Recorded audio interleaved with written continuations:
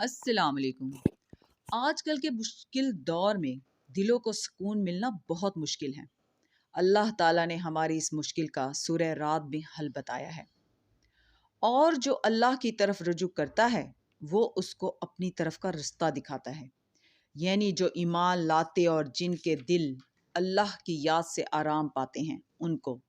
اور سن رکھو کہ اللہ کی یاد سے ہی دل آرام پاتے ہیں۔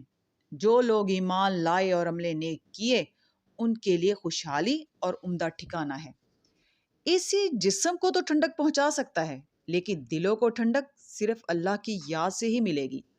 اللہ کی یاد سے ہی ہم ماضی کی یادوں سے اور مستقبل کی فکروں سے نکل سکتے ہیں۔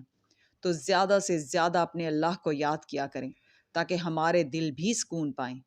اے اللہ، ہمارے دلوں کو اپنی یاد سے منور کر دے، آمین۔ آج کا سبق شروع کرتے ہیں۔ پناہ مانگتی ہوں اللہ کی شیطان مردود سے۔ شروع اللہ کا نام لے کر جو بڑا مہربان نہایت رحم والا ہے۔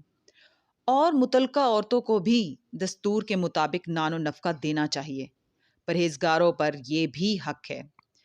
اسی طرح اللہ اپنے احکام تمہارے لیے بیان فرماتا ہے تاکہ تم سمجھو۔ بھلا تم نے ان لوگوں کو نہیں دیکھا جو شمار میں ہزاروں ہی تھے اور موت کے ڈر سے اپنے گھروں سے نکل بھاگے؟ تو اللہ نے ان کو حکم دیا کہ مر جاؤ، پھر ان کو زندہ بھی کر دیا۔ کچھ شک نہیں کہ اللہ لوگوں پر مہربانی رکھتا ہے، لیکن اکثر لوگ شکر نہیں کرتے۔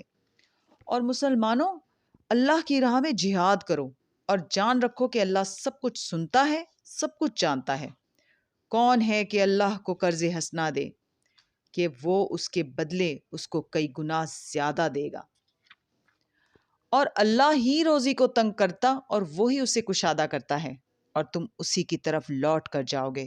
صدق اللہ العظیم۔ کل انشاءاللہ پھر ملیں گے۔ اللہ حافظ۔